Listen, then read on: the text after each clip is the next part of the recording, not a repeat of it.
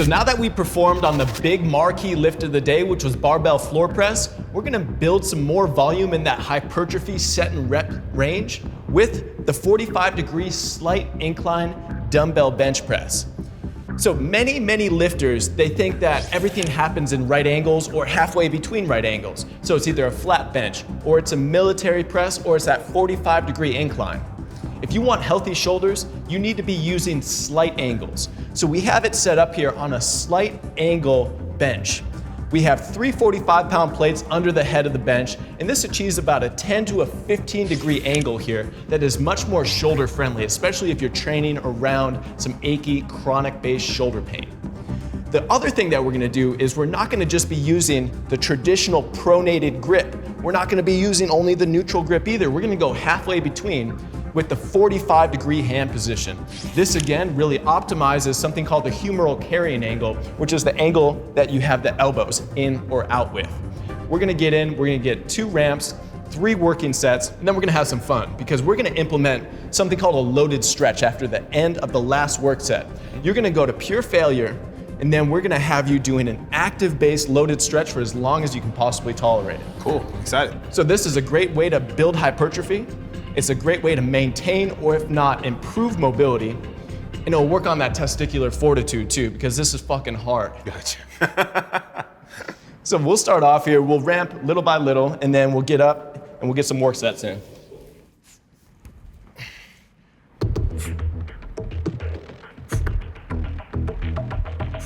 So we're taking the same concept of exploding up at the top, right? Control it down, exploding up, okay.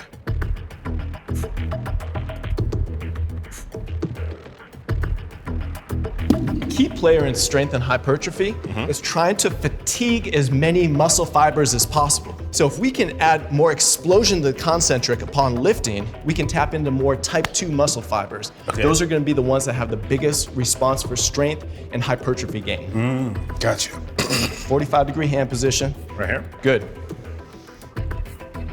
Now am I coming in? Nope, you can stay right there. Straight up. Full range of motion.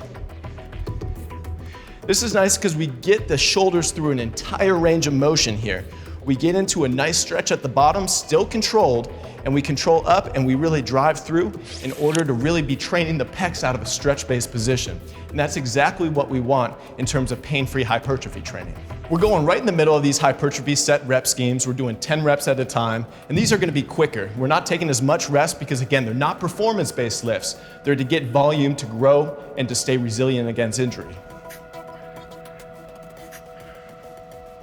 I noticed immediately the angle is something I'm not really used to. Exactly. So it's a little bit different. For shoulder health, novelty is important. Anytime we can get into a more novel variation for both pressing and pulling, that means that we can restabilize around positions that we're not usually in.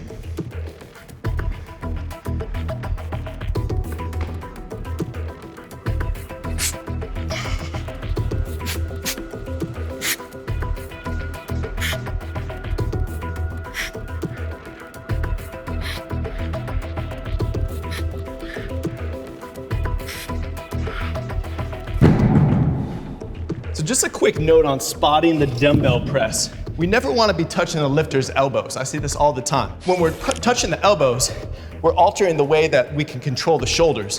Where we want to be spotting from, if anywhere, is grabbing the wrists and accessory up.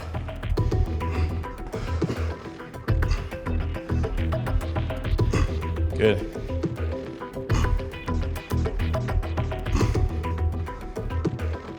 I'm gonna fake this spot, this last one. This is where we're spotting from. Grabbing the wrist and bringing it up. Good. So much shit can go wrong when you're pushing at the elbows. You can alter internal, external rotation. You can lose elbow position. Grabbing the forearms, grabbing the wrists, and pulling up, that's gonna be your ideal spotting variation, whether it be a bench press, whether it be a dumbbell press, or whether it be an overhead press with the dumbbells. Now, is that because you're not changing their natural range of movement, you're just simply guiding them? It's about where the load is in contact with the body. The load's in contact with the hands, therefore you're assisting the load as opposed to assisting a body part that is essentially 2 feet away from the load. Gotcha. So it's just a risk mitigation kind of thing. Gotcha, no, it makes sense.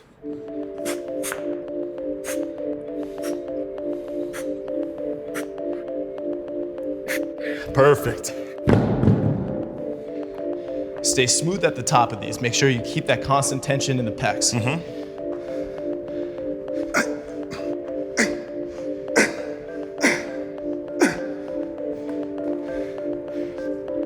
All right, Ruben and I are both breathing hard. We just got 2 work sets in at the top here. We're gonna go ham now, and we're gonna implement a loaded stretch. That means that we're gonna hit failure, and on that last rep, we're gonna bring it down as slow as possible, controlling everything with tension.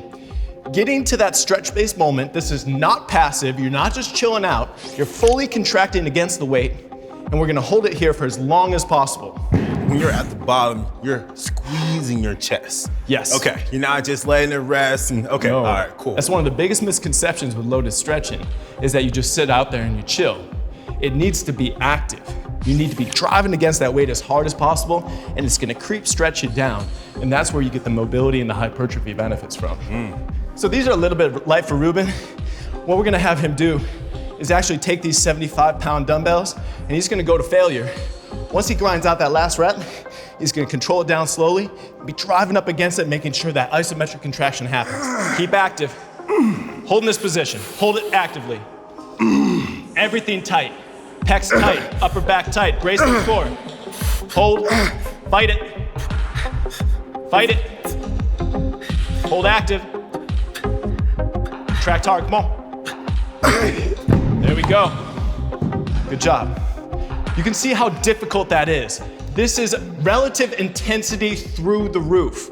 But again, isometric based position at your authentic end range of motion, this can do worlds of good for hypertrophy and mobility simultaneously. Not many moves, not many methods out there that can do that. Not to mention the pump is crazy. Again, this is gonna be a very, very advanced intensity technique, not for a newbie, not for a beginner, but it can be used for people that are in pain if we sub-maximally load it, because isometrics, controlling your positions without more movement, is one of the best ways that we can possibly get more involvement from the entire shoulder girdle as a whole.